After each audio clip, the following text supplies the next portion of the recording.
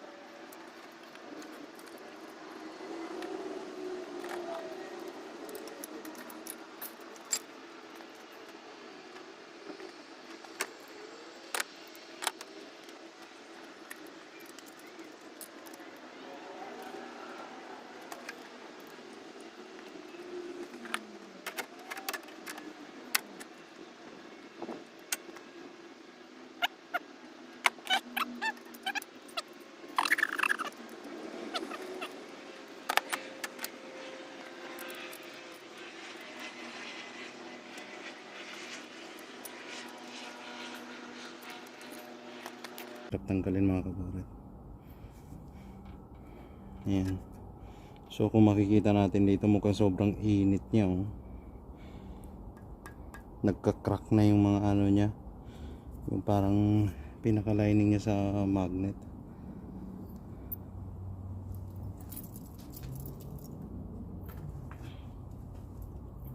So kung ikukumpara mo naman sa bago, layo.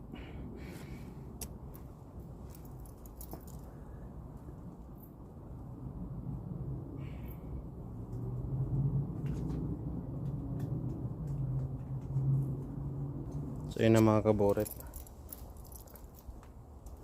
ikabit na natin ang bracket. So ikakabit na natin to.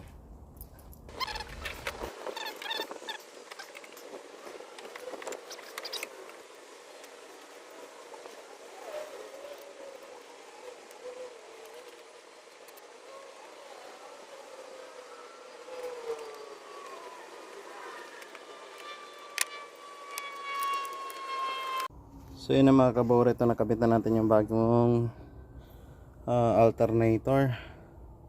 So ayan, so ibabalik na lang natin lahat yung mga pinagtanggal natin kasi binaklas natin buo mga kaboret bago natin ma-access yung alternator. So kailangan natin baklasin lahat, oh. Wala tayong magagawa, so kasama sa buhay yan. Alright, ayan na siya yung bago niya. So ikakabit ko yung serpentine belt niya, then ibabalik natin yung mga wiring na tinanggal natin. Alright, so ayan na mga kaboret, na ibalik na natin yung fan, tapos itong oil gauge, yung battery, intake. So ayan na, ibalik na natin lahat. So ready to start na. Pero bago ang lahat, kailangan nating mag-add ng coolant dahil tumagas yung coolant doon kanina. So kalahati lang yung laman ng radiator.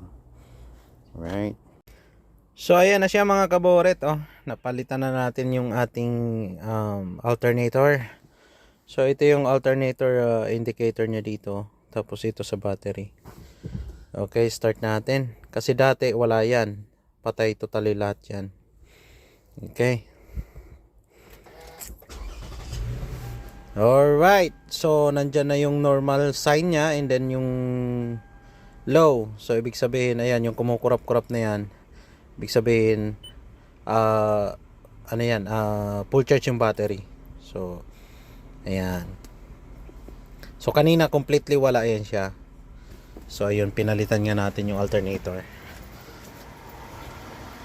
So ayan, sa dami natin binaklas kanina dyan, so binaklas natin lahat yan. So ayan na yung bagong alternator niya. Ayan. So alright, successful.